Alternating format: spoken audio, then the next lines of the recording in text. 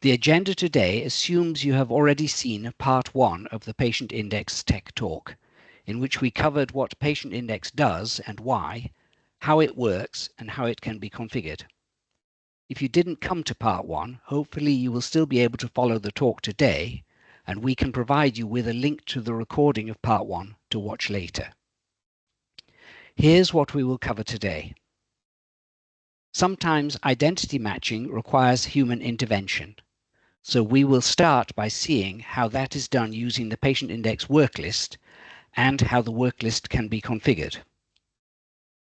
Patient Index can use the demographics it has for the patient to pull together a best set of demographics known as the Composite Record, and we'll look at how that works. Lastly, an identity matching solution is only as good as the data it is given. So I'll take you through the Patient Index Data Quality Reporting tool that explores the data that Patient Index has received. We'll start by taking a look at the Patient Index Worklist. The Worklist is a web page in the management portal where a system administrator or other appropriate user can see the identity pairs in the classified table that Patient Index wants a human to look at. So why do we need a worklist? Patient Index identity matching is sophisticated, but sometimes Patient Index does not have enough data in the identities or enough expert understanding to confidently assert that two identities should be linked or should not be linked. So it marks the classified record that tracks the comparison between the identity pair as requiring human intervention, and these classified records can be seen and acted on in the worklist. In the main, these are identity pairs where the total link weight is between the review threshold and the validate threshold. But records may also need a review as the result of expert system rules. What happens if we ignore the worklist and do nothing? After all, in a typical patient index scenario, only a very small percentage of identity pairs end up in the worklist. So does it matter? Consider the pairs that have a link weight between the review threshold and the auto-link threshold, sometimes called the review pile. These are pairs that Patient Index thinks are probably not the same person, and so has left the identities unlinked, but wants a human to check. If we do nothing, and the identities are actually for the same person but remain unlinked, there is a clinical safety issue. The user sees the clinical data from one source, but not the other. So the record is not complete. But they don't know that. They think they are seeing the whole record, so there is a risk they will make uninformed decisions. And in the other case, where the link weight for the pair is between the auto-link threshold and the validate threshold, Patient Index thinks they are probably the same person and so has linked the identities, but wants a human to check. This is the validate pile. If we do nothing and the identities are actually for different patients but remain linked, the clinical records for two separate people are displayed together as an integrated record when viewing either patient. So the user is unknowingly seeing data that is a mix of the record he wants and an entirely different patient. And there is a clinical safety risk they will make badly informed decisions. This is typically considered the more serious clinical safety risk. Identity pairs may also be in the worklist because an expert system rule has deferred the link or unlink and is asking for a human to intervene, with similar clinical safety risks if nothing is done. So it is important to act on the worklist regularly as part of normal maintenance. The worklist is a page in the management portal.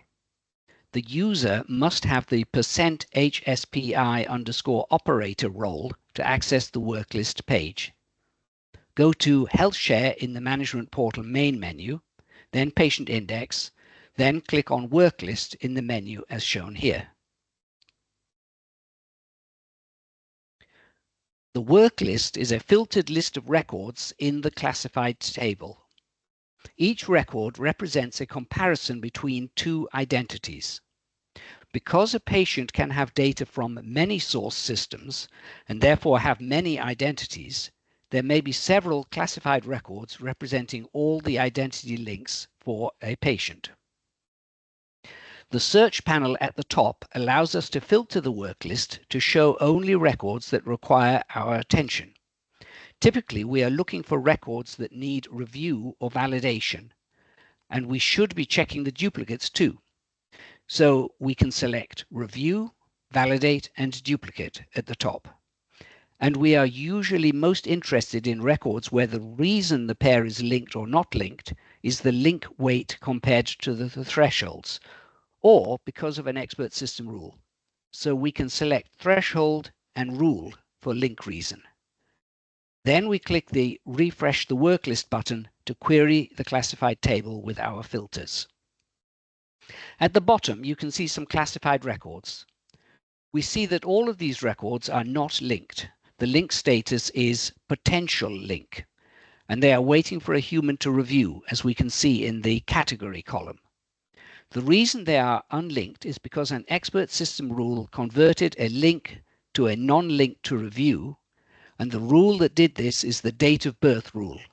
That is the rule that checks whether none of the components of the date of birth match. Date, month, and year of dates of birth all disagree. We can see that if it were not for the rule, these pairs would be linked because the link weight is over 28, which is higher than the auto-link threshold of 24 that we have set. On the right of the list, we see the buttons that allow us to take action. Clicking the Same button asserts that the identities are for the same patient. So the link status will be changed to link, and the link reason will be changed to manual. Clicking the Different button asserts that the identities are for two different patients. So the link status will be changed to unlinked, with the link reason as manual. We can also click the Assign button to assign this record to a specific user for action. For example, if a record is in the duplicate category, a patient index system administrator might assign it to a system administrator on the source system to check whether the pair are actually the same patient, and, if so, to merge the two accounts in the PAS. Here are the actual link status values and their meanings. An internal value of 0 is a strong non-link. The pair is not linked and patient index is not asking for a user to check. A value of 1 is a non-link to review. Again, the pair is not linked, but patient index wants a human to check. A value of 2 is link to validate. The pair is linked, but patient index wants a human to check. And lastly, a value of 3 is a strong link. The pair is linked and patient index is not asking for a user to check. If the reason for the link or non-link is an expert system rule, the secondary reason column shows the name of the rule. How does patient index track which identities all go together to make the full record for the patient? It sets a number known as the MPI ID on each identity. All identities for the same patient have the same MPI ID, which is unique to that patient. Because each classified record is for one identity pair, and a patient can have several identities, some complex scenarios can arise across the identities, particularly where a human has manually asserted a link or non-link. These are known as compound matches and are listed here. An overlap occurs when identities A and B are marked as linked in the classified record, but they don't have the same MPI ID, perhaps because A is linked to C and B is linked to D, but a user has asserted that C and D are not linked. An overlay is the converse. A and B are not linked, but have the same MPI ID, perhaps because A is linked to C and B is linked to D, and a user has asserted that C and D are linked, but A and B are not linked. Open chaining is where A is linked to B and B is linked to C, but A is not linked to C. This is typically due to link weights, and the three identities will have the same MPI ID. And lastly, transitivity is the implication of open chaining. A is linked to B and B is linked to C, so A should be linked to C.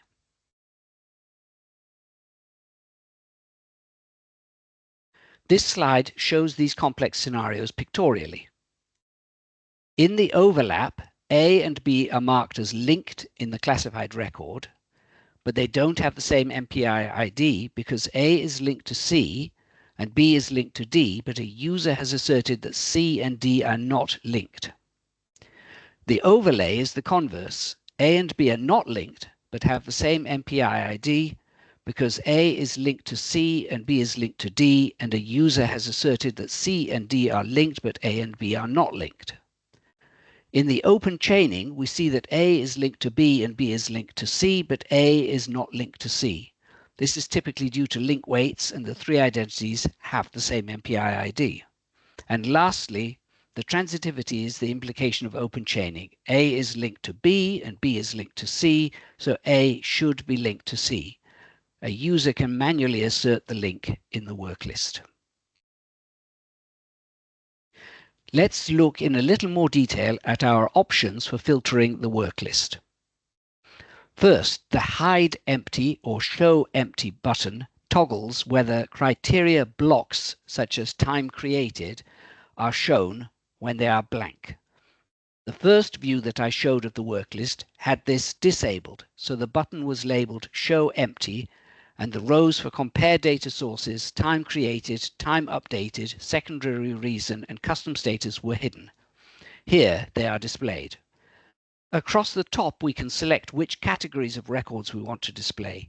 Typically we would choose Review, Validate and Duplicate to find the records where Patient Index is asking for human involvement. The purpose of the deterministic category is not immediately apparent. It actually shows pairs that are not linked even though a deterministic identifier matches. We'll see in a minute how that can happen. The second row allows the user to see only records for identities from a chosen data source. This can be useful to data quality staff from different organizations who only want to see records from their organizations because those are the records they can do something about. The next two rows allow us to filter by the time the classified record was first created or most recently changed. The link reason row allows us to see only pairs that are linked or not linked for a chosen reason, such as by link weight, deterministic identifier, expert system rule, or a previous manual link or unlink by a user. If you are reviewing records that Patient Index wants human intervention for, you would probably select all of these except manual, as someone has already acted on those. The remaining criteria are less commonly used. The secondary reason is the name of the expert system rule, if that was the reason for the link or unlink. We can filter by the link weight. It's also possible to add a custom status to a record and then filter the records by the custom statuses. I'll show you how to create custom statuses shortly. The ID here is the internal ID of the original and normalized identities. You can enter an ID directly, or you can look up the ID by clicking the search button, which allows you to search for an identity using patient search criteria and then see all the records related to that identity. This is useful if concerns have been raised about the matchings for a specific patient. Lastly, we can choose to only see records that have been assigned to a specific user. Typically, you would use this to see records that have been assigned to you for action. You can also set the number of records to display in each page, and you can choose to sort the list by ascending or descending link weight.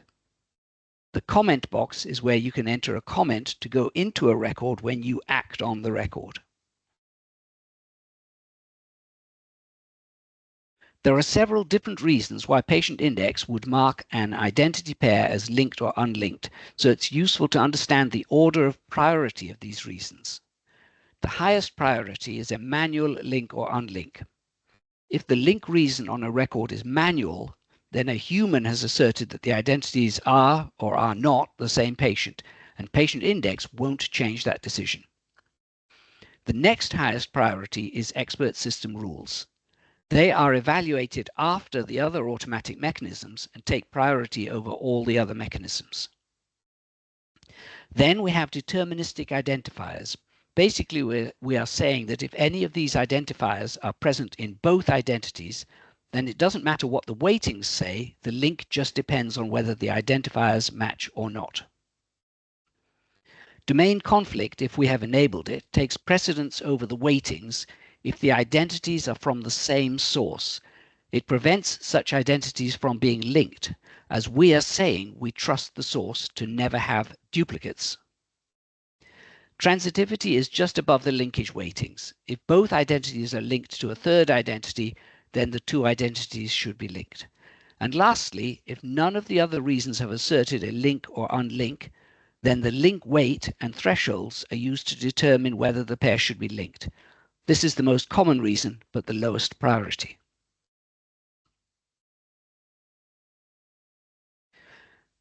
What are the most important tasks to focus on when reviewing the work list? The clinical safety risk in including data from another patient's record is generally considered the most severe, so you would typically focus on the validate pile first, as Patient Index has already linked the identities but has flagged them for a human to check. Next, you would look at the review pile, as that is also a clinical safety risk. Patient Index has not linked the identities but wants a human to check. If the identities are for the same patient, then until you fix it, the clinicians will only see part of the data for the patient. Lastly, Patient Index flags duplicates, identities it has linked that come from the same source system. Presumably, two accounts have been created in that system for the same patient, so that needs checking in the source system and the accounts merged. You may have noticed some color hints in the work list intended to help you quickly understand an identity comparison. Blue indicates a full match of a linkage parameter, yellow indicates a partial match, and orange indicates a non-match. Let's look at the tools you have to help you decide whether an identity pair should be linked and how you can take action.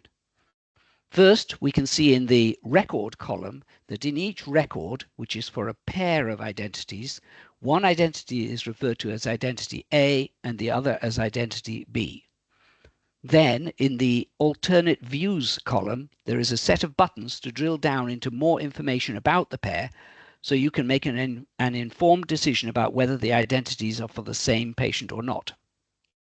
On the right are the same and different buttons, which we can click to assert that a pair is or is not for the same patient. If either of the identities is linked to other identities, the different button becomes a pair of buttons, A is different and B is different, so we can specify which of the two identities should be excluded from the group of identities. And there is the Assign button, which allows us to assign the record to be investigated by a specific user. The checkboxes on either side of the work list allow the user to select multiple records quickly and then act on them with a single button press. In the alternate views column, there is a set of buttons to drill down into more information about the pair so you can make an informed decision about whether the identities are for the same patient or not.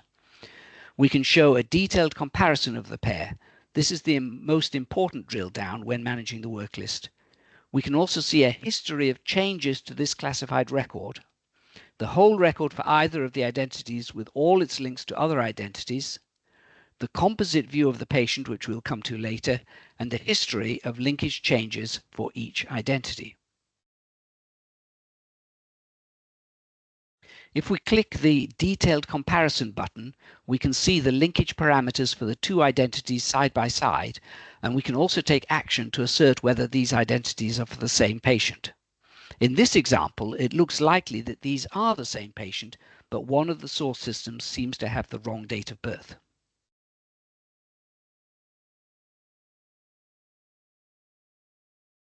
Clicking on the Whole Record button for an identity shows us the identity and its linkage parameters alongside all the other identities that are or may be linked to this identity. This can be useful in seeing the bigger picture for a patient.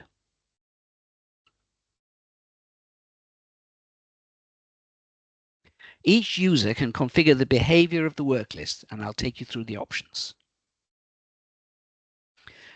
There are two buttons on the worklist page that configure the worklist. The Columns button allows the user to select which columns appear in the worklist. This is useful because the full set of columns is typically too wide for most screens. And the Colors button allows the user to customize the highlighting colors.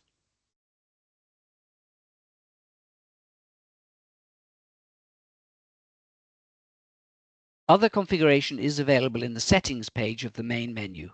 By default, this page comes up in User mode and only allows the user to change the highlighting colors, the same as from the worklist. But a user with the %HSPI_master role can click the System Mode button and access further configuration options. The main option is the Configuration tab. This allows you to see and create the custom statuses that a user can apply to a worklist record. It also allows you to select which IRIS usernames are available when you assign a record to a user or filter the worklist by user. To be available to be added to the list, the IRIS user must have either the %HSPI_operator role or the %HSPI_master role.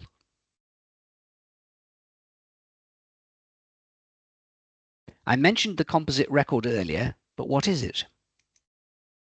Patient Index has the demographics held about the patient from each source system, so it makes sense for Patient Index to have the capability to sort out the most current and accurate demographics for the patient across all the sources, making a best or golden composite demographics record for the patient.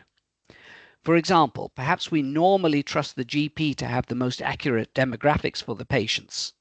But Fred Jones has just been to the hospital for a clinic appointment, and he told the receptionist that he has a new phone. So perhaps we want that recently updated phone number to be the phone number in the composite record, but we still want to take the patient's other demographics from the GP information. So that's what the Patient Index Composite Record definition allows us to do. Then client applications, such as the clinical viewer, can query Patient Index to get the composite record for a patient. We configure the composite record behavior in the composite record definition class. The default is local.compositerecord.transient.definition, but you can specify a different class. This class contains an XML block that defines the behavior. Here are the main capabilities. First, we group the demographic properties into property groups. This makes sure that properties that go together all come from the same source system. For example, the patient's home address. It wouldn't make sense to use the street line from one source and the city from another source.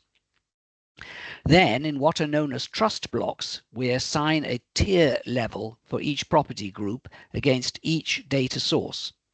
For example, we might assign a tier level of 5 to the date of birth property group from the acute hospital data source, and a tier level of 4 to the same property group from the GP system. When building the composite record for a patient, Patient Index looks at which property groups are populated in the identity from each system, and at the tier level.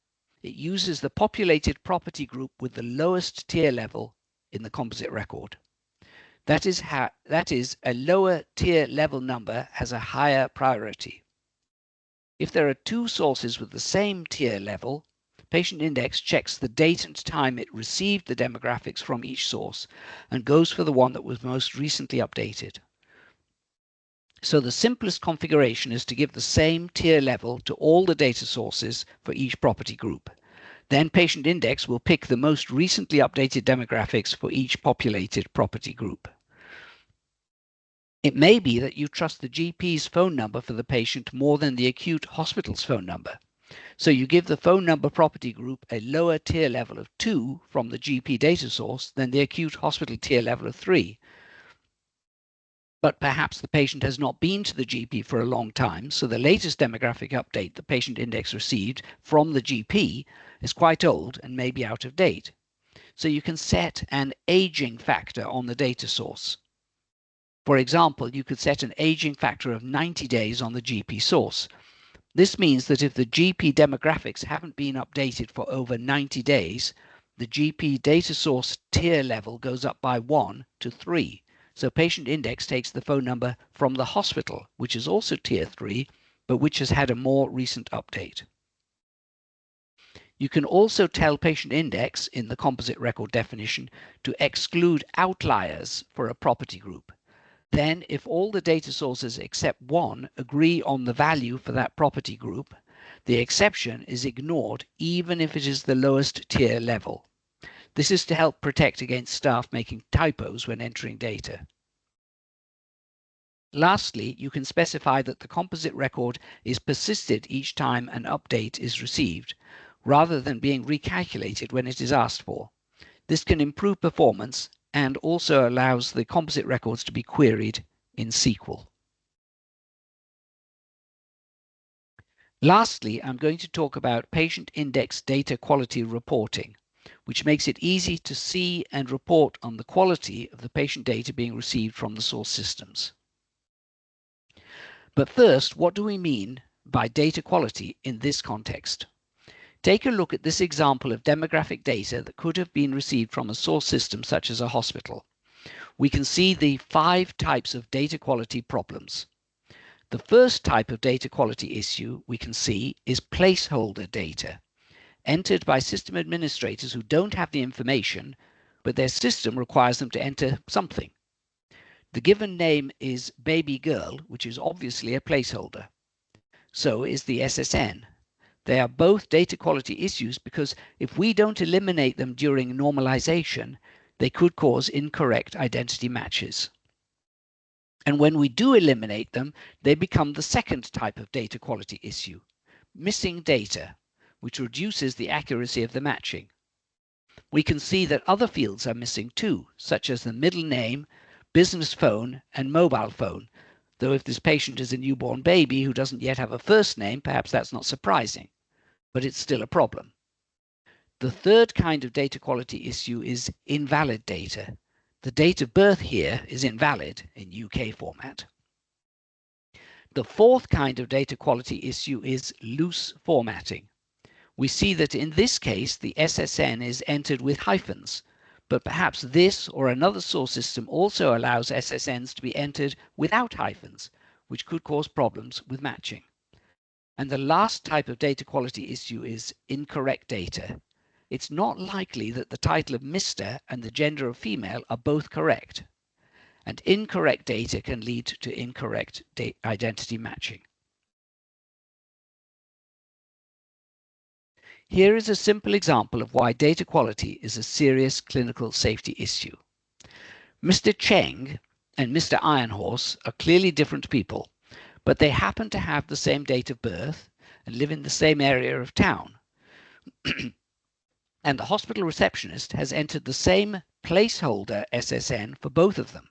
If we don't eliminate that SSN, it takes the link weight over the auto-link threshold, and Patient Index incorrectly links the two identities, which are from separate patients. And we know this is a serious clinical safety concern. What can we do about these data quality problems? How can we configure Patient Index to mitigate for them? First, we can ignore invalid values using checks in the normalization function. For example, we can remove SSNs that are not 9 digits or NHS numbers where the check digit is incorrect. Then we can ignore common placeholder values such as a first name of baby. And we can normalize formatting such as removing hyphens and spaces from SSNs, NHS numbers, and phone numbers. And lastly, where we know that a parameter has poor quality data, we can lower its weighting, reducing its importance in the matching. But all of these mitigations are predicated on us knowing that the problems are there in the data. For example, we can't remove placeholder values if we don't know what placeholder values are being used. This is where the Patient Index data quality reporting comes in. It identifies and counts invalid, missing, or common values so we can see the scale of the problem and build mitigations into the linkage definition. The Data Quality Manager is accessed from the same Patient Index menu that we've seen before in the Management Portal.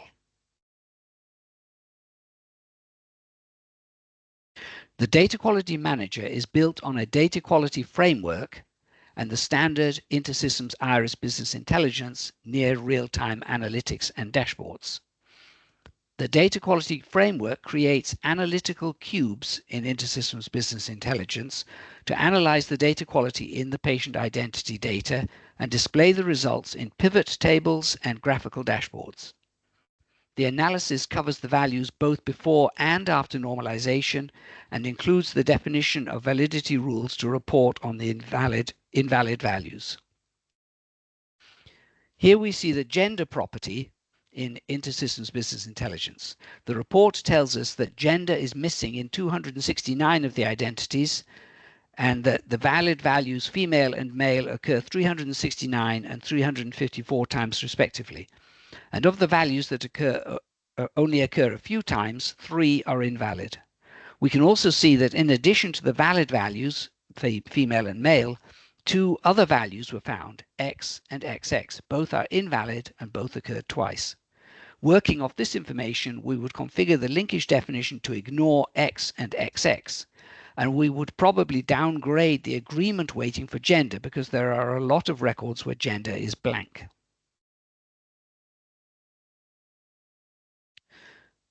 So the main features of the data quality framework are that it extracts the source patient demographics from Patient Index, applies validation rules on the identity properties, does extra analysis on common data types such as date, time, and indicates common values which may be placeholders and uncommon values which may be errors. Here we see a summary dashboard showing basic analytics for the identity properties. We can see that out of 1,000 identities, the family name was missing in 15 identities and failed the validity rules in 22 identities. We can also see that SSN has serious validity issues with nearly 60% invalid.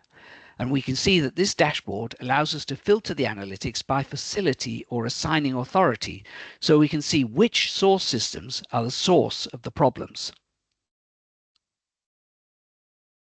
So when would you use the Patient Index data quality reporting? You should certainly use it to review the data and configure the linkage definition when you first deploy Patient Index if your deployment includes an initial load of the data from all sources. Similarly, you should use it when adding a new source system if that includes an initial load of data. If the deployment doesn't include a backload of data, you should certainly use data quality reporting to check the data quality frequently as data is received, and use the findings to iteratively optimize the linkage definition. Remember that you need to rebuild the linkage data if you make any changes to the linkage definition.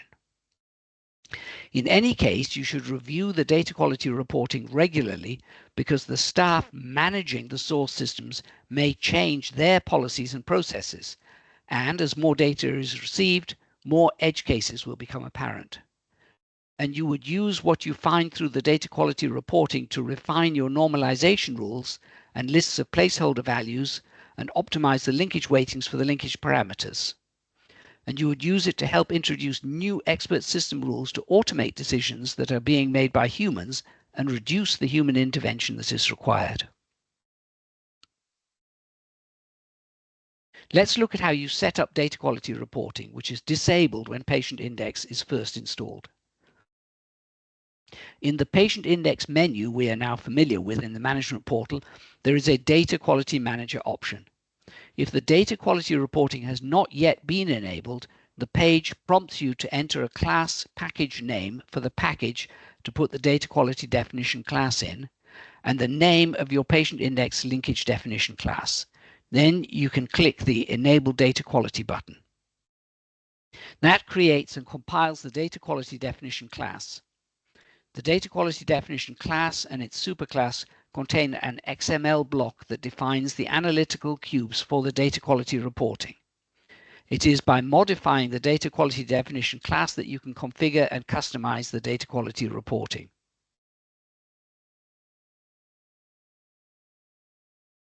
The data quality definition class also contains the rules for identifying valid and missing data and which rules are assigned to each property. Once you have enabled data quality reporting, the page displays the Data Quality Manager, in which you can do some basic configuration of the data quality reporting. More advanced configuration is done by editing the data quality definition class directly. On the left is the list of demographic properties, which, as you can see, includes, but is not limited to, the properties being used as linkage parameters. Clicking on a property shows some basic information such as the data type and the validation rule. Generally, you wouldn't change these, though in the case of SSN, we would typically have custom validation for NHS numbers instead. Also on this page is a button to rebuild the cube data if you have made changes to the data quality definition, and a link to the data quality dashboards. There is also a link to the cube registry where you can set the frequency with which the reporting cubes are rebuilt. By default, this is daily. The Data Quality Dashboards link takes us to the standard InterSystems Business Intelligence user portal in the Patient Index namespace. There's a full suite of dashboards and pivot tables for data quality reporting out of the box. You can see some of them here. There are some summary dashboards, and then for each demographics property there is an occurrence pivot table to look at how well the property is populated, and a validity pivot table to examine the extent of validity issues with the property data. For example, the gender occurrence pivot table shows us what proportion of the identities have a populated gender and what proportion of the values are valid. What we can see in this example is that all of the identities have a valid gender property value, and 49.37% of the values are female and the remainder are male. There are filters on this pivot table by facility, assigning authority, date last updated, and classification, valid, invalid, or blank. We can edit the pivot table using all the features of InterSystems Business Intelligence and then save it as a new pivot table in the user portal. This is the validity pivot table for patient phone numbers. We can see the proportion of the phone numbers that are blank, and for each validity reason, we can see the proportion of phone numbers that are invalid, all broken down by assigning authority. Here we see that half the phone numbers are blank and the rest are invalid. We can see the invalid counts broken down by the validation reason. In this case, the reason is always wrong digits. The phone numbers don't match the expected pattern. If we want to see the detail, we can click on a cell in the pivot table and then click the Drill Down Binoculars button.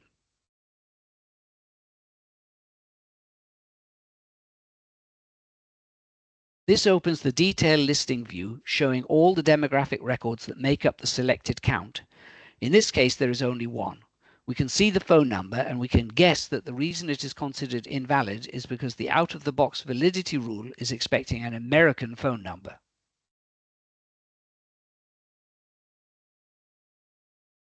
The validation rules can be written in ObjectScript, but are typically built using the standard Iris editor, as in the phone number rule shown here.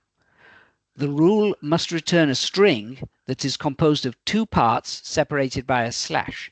The first part must be one of blank, valid, or invalid. The second part, which can be omitted for a valid value, can be any string giving detail about the reason the value is invalid. In this example, the phone number is considered invalid if it looks like a placeholder with all the digits the same or a sequence of digits, or if it doesn't match a regular expression. To make this work with UK phone numbers, you would create a new rule, which could be a copy of this one. Then in the Data Quality Manager page in the Management Portal, you select the property and choose the new rule. Lastly, the data quality reporting has the ability to show trends over time. This can be used to track whether data quality is changing. This uses a separate business intelligence cube, the Data Quality Trend Cube, which takes a snapshot of the metrics every time the cube is synchronized, which is typically daily. Then the dashboards and pivot tables based on this cube can display the metrics over time. the snapshots can take up significant database space over time. So if you don't need the trend data, you should exclude the trend cube from the synchronization using the cube registry accessed through the Manage Synchronization Frequency link on the Data Quality Manager page.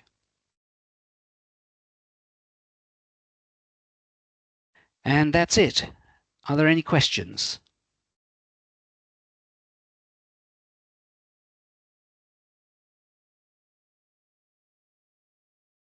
Paul, thank you. Yep. What are the common questions that customers ask you when they're preparing to take a patient index system? What must they do to make the best start? To make the best start, it's very important to do an analysis of the data from the different source systems.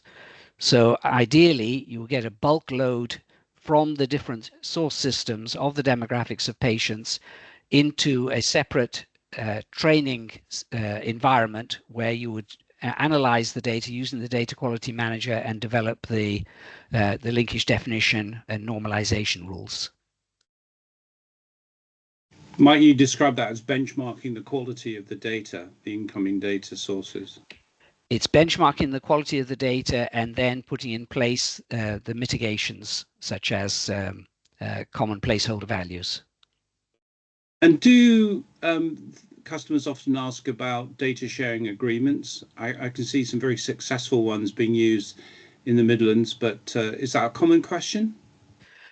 That's a wider question. It's not really about patient demographics. It's more about clinical data.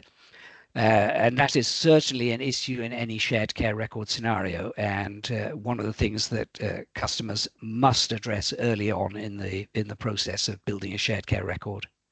Yeah, of course. Thank you. Hopefully there's some other questions from other people. I don't see any in the chat.